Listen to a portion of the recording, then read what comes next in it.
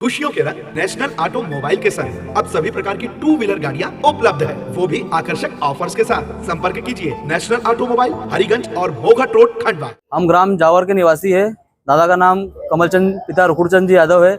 इनके द्वारा कुछ वर्ष पहले जो कि 35 डेसिमल जमीन दान में दी गई थी, जिसपे सरकार द्वारा 35 डेसिमल से ज़्यादा पर अधिकृत कब्जा कर दिया गया है, जहाँ पर पार्किंग, अवैध वृक्षारोपण और विभिन्न प्रकार के टेंट सेट लगा दिए गए हैं। हमारी सरकार से यही मांग है, यही पुकार है कि जो हमारी अधिकृत जमीन है उसका सीमांकन किया जाए, जिसका कि हम आवेदन 2024 में 2025 में दे चुके हैं, जिसका कोई प्रकरण नंबर हमें अभी तक प्राप्त नहीं हुआ है सरकार द्वारा, तहसीलदार महोदय द्वारा, पटवारी जी द्वारा।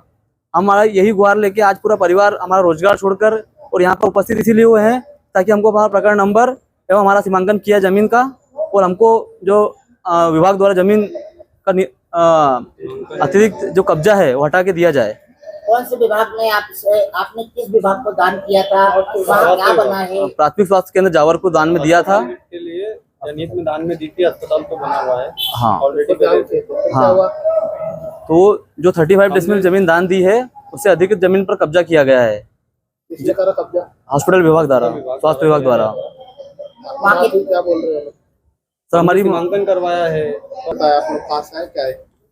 जावर से आए हैं। जावर में हमारे दादाजी हैं श्री कमलचंद जी यादव। इन्होंने आज से पहले हॉस्पिटल विभाग को जनहित में ज़मीन दान में दी गई थी।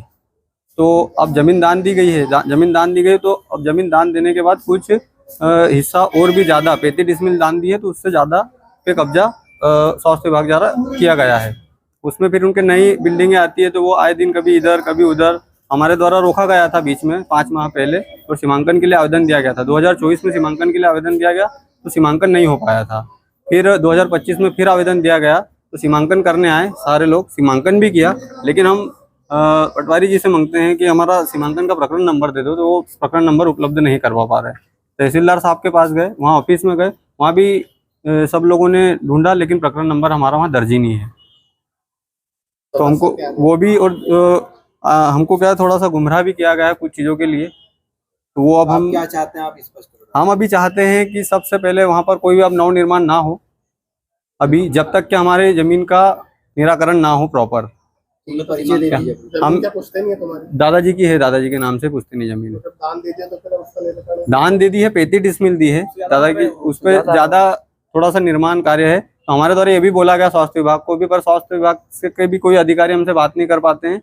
और यहाँ भी आओ तो हम सिर्फ दौड़ ही रहे हैं पिछले 5 माह से, परेशान हो गए बहुत ज्यादा पूरे परिवार के साथ, और आज यहाँ पे आए हैं। आज कलेक्टर महोदय से मुलाकात हुई तो उन्होंने क्या आपको? उन्होंने कहा है कि वहीं पर आप सर मिलेंगे, SDM साहब वहीं मिलेंगे, वहीं उनसे चर्चा कर लेना, वही बताएंगे। जमीन वापस चाह रहे हैं? जमीन नहीं चाह रहे, जो जनहित में दी है दान में 35 डेसिमल, वो हम वापस नहीं मांग रहे हैं। उस पर आप कितना भी निर्माण कार्य करो, हमें कोई आपत्ति नहीं उससे। आपकी अतिरिक्त भूमि पे जो अतिरिक्त भूमि को उसको हमको छुड़वाना है, वो चीजें करना है कि भाई वो चीजों को हटा दो, आप 35 डेसिमल जमीन नाप लीजिए। और फिर क्या होता है कि हम वो कभी कोई भी कर्मचारी वहाँ पे जो भी काम करने वाले वो भी आए दिन उठते हैं, कभी ये कर रहे हैं कभी वो कर रहे हैं। हम लोग बोलने जाते हैं तो बोलते साहब से बात करो, उनसे बात करो, उनसे बात। हम किससे बात करें, हमारी कोई सुनता ही नहीं है। हर बार झूठा आश्वासन देकर हमको सिर पर जाता है। उप स्वास्थ्य केंद्र के किसी अधिकारी से मुलाकात करी? नहीं साहब, वहाँ वो बात ही नहीं करते कोई भी। हम बात करने जाते तो हमें धमकियाँ देते हैं कि ऐसा कर देंगे वैसा कर देंगे। आपका नाम बताइए, आपके परिवार की जानकारी दीजिए, कहाँ से आए आप? जावर से आए हैं। आपका नाम? मेरा नाम राहुल यादव है, दादाजी का नाम कमलचंद जी यादव है, मैं इनका नाती हूँ।